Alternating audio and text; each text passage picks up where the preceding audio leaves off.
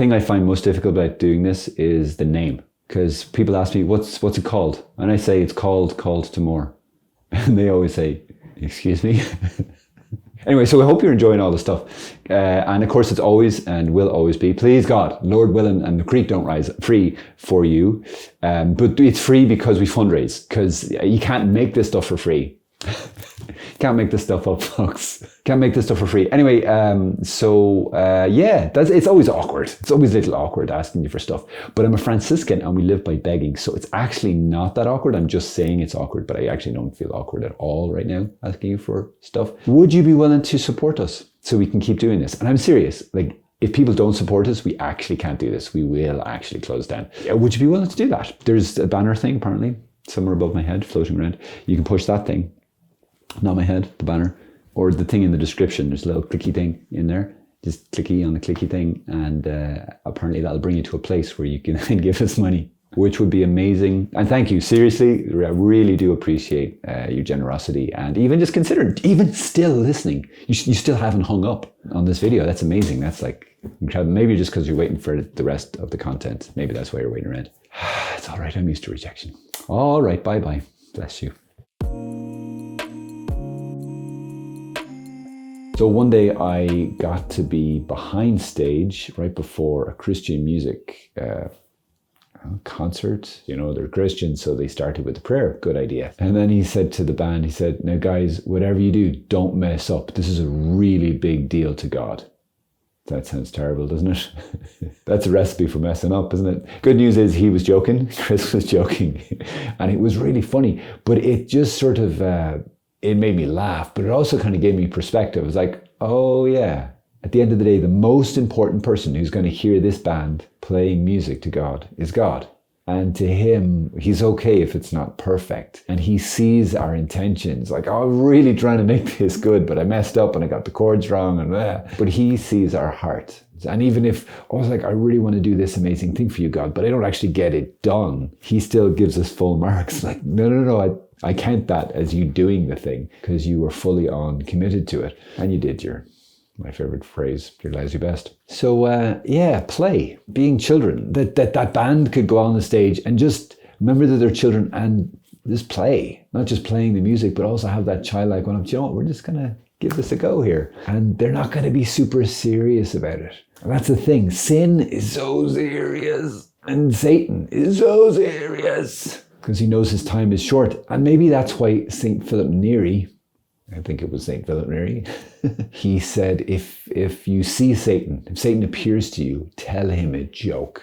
That was his answer to that particular quandary. What do you do if Satan appears to you? Well, tell him a joke. It's like, what? Tell him a joke. Surely, jokes are kind of his realm. And he's like, no. Satan can't handle, his ego can't handle it. He's too serious. He's too serious to be laughed at. He's too serious that if he shows up and you're so chilled out because you know God is in control that you can tell a joke, Satan can't handle that, so he has to go. It's kind of cool. Let's keep it in perspective, yeah? We're just little kids. Yeah, so we're kids, so we could just chill out a bit. Do you ever think of life and doing things in life as like an opportunity to fail? When I get really serious about things, it's like, oh no, it's because I'm thinking I can fail. Oh, I have to give this talk to these people. Oh no. And I get afraid. And I get serious. And I forget, lad, calm down. You're just little Wayne. It's like, it's okay if you don't get it perfect. Like, just chill out. A great antidote to that for me is getting into play mode. Can I change my way of looking at this? So I'm not looking at this as like a win-lose, like my life is over if this doesn't work out perfectly. Like, no, my life's not over. It's okay if it doesn't go great. Get into play mode. Can I just do it for the fun? And hopefully give God some glory in the meantime. To be honest, I give God way more glory when I'm having fun. I give him way more glory, or I end up, things are way more successful for him and for the kingdom when I'm just kind of playing and having fun and being a bit more childlike than being a really serious adult. Sometimes I will give myself practice chances. I'm like, oh, I have to get this perfect. Okay, well, let's just pretend this is just my practice go, and I'll give it a go. Sometimes I'll do that with videos. Oh, I have to do this video. I don't know if I can do this right. oh, this is just the practice one, and I'll give it a go, and then the pressure's off, and then it goes really well. It's like, that'll do. I'm not doing any more. The practice run was the run. And sometimes that's it. I put myself under a lot of pressure, and it is the biggest enemy to me actually doing things well. So it's just great to just chill out. Just chill out. I used to play the game Risk.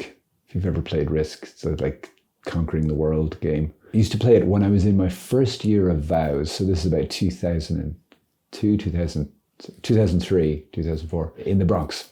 And Sunday afternoons, often in the house at that time in my life, there just wasn't much going on. So a number of us, we had Lord of the Rings Risk, because Lord of the Rings was out at that time.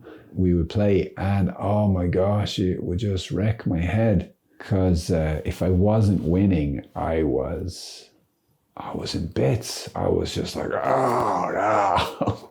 It was so messy. And this became a thing, so much so that I thought, you know what, I don't think I can play this game anymore. I think I have to stop playing it. And I brought that to prayer, and then this happy thought occurred to me. It was, well, why don't you just change the goal from winning to losing? I'm like, huh.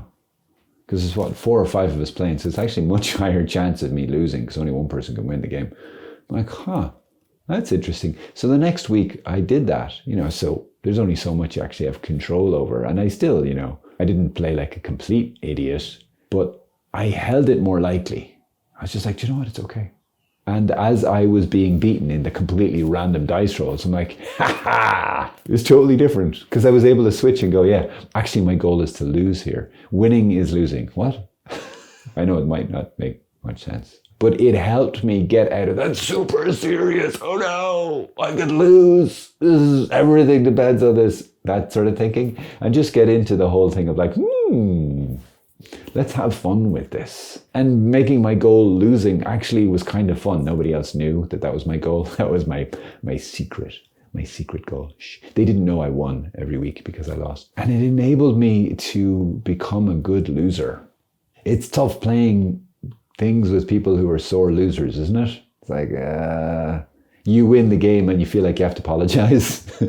So just a message to all you sore losers out there. It's really painful for everybody else. You might try switching your goals to losing, and then you get to win even when you lose. And if you happen to actually win, like win-win, then you can also celebrate that. Just like, oh, that was nice. Fair play. But it's just, don't take yourself so seriously. That we can let it go and keep our focus on what's really important. What's really important is actually that we learn to be childlike, and we learn to realize that everything depends upon God and on our reliance on Him. So it's not actually, all the pressure is not on us. It's not on you. It's not on me. In a certain sense, the pressure is on God. He is the Savior, not me. And all I can do is my best. So I've said it to you before, but I just think like it's a game changer for me. We just have to do our lousy best, and then we just leave the rest up to God. That's 100% of the grade. You doing your lousy best today. Anyway, there you go. I don't know if that was a good video. I just gave it a go, just tried my lousy best. I hope it helps. Bye-bye.